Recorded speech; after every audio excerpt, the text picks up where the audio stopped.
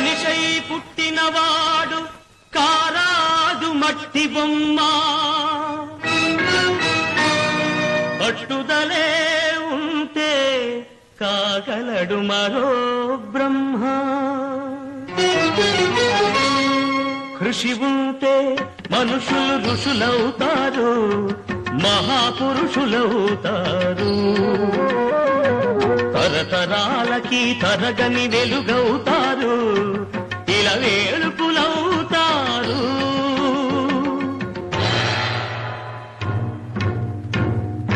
అడుగో అతడే వాల్మీకి బ్రతుకు వేట అతనికి అతి భయంకరుడు యమకింకరుడు అడవి జంతువుల కాలికి అడుగో అతడే వాల్మీకి పాలపిట్టల జంట వలపు తేనెల పంట పండించుకొని పరవశించిపోయే వేళ ఆ పక్షుల జంటకు గురి పెట్టాడు ఒక పక్షిని నేల కూల్చాడు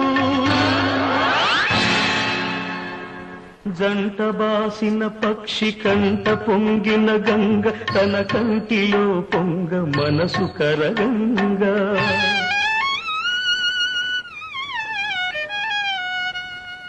ఆ శోకంలో ఒక శ్లోకం పలికే ఆ చీకటి ఎదలో దీపం వెలిగే కరకు బోయడే అంతరించగా కవిగా ఆతడు అవతరించగా మనిషి అతనిలో మేల్కొన్నాడు కడకు మహర్షే అయినాడు నవరస భరితం రాముని చరితం జగతికి ఆతడు పంచినామృతం ఆ వాల్మీకి మీవాడు మీలోనే ఉన్నాడు అక్షరమై మీ మనసు వెలిగితే మీలోనే ఉంటాడు అందుకే కృషి ఉంటే మనుషులు ఋషులవుతారు మహాపురుషులవుతారు తరతరాలకి తరగని వెలుగవుతారు ఇలా వేడుకులవుతారు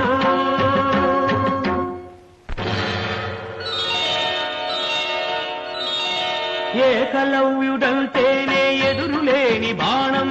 తిరుగులేని దీక్షకి అతడే ప్రాణం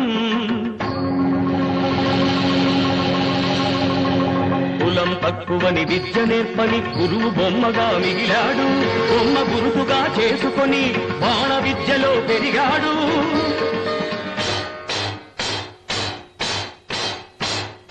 హుటాహుటిని ద్రోణుడప్పుడు తటాలు మన కదలి వచ్చి పక్షపాత బుద్ధితో దక్షిణ ఇమ్మన్నాడు ఎదుట నిలిచిన గురుని పదమంటి ఏమివ్వగలవాడననే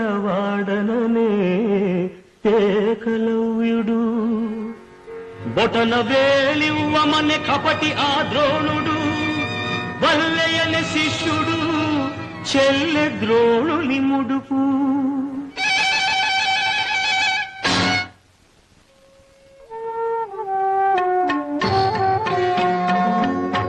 ఎదుకలవాడు అయితేనేమి గురి కలవాడే మొనగాడు వేలునిచ్చి తన విల్లును విడిచి వేలుపుగా ఇలా వెలిగాడు అందుకే కృషి ఉంటే మనిషి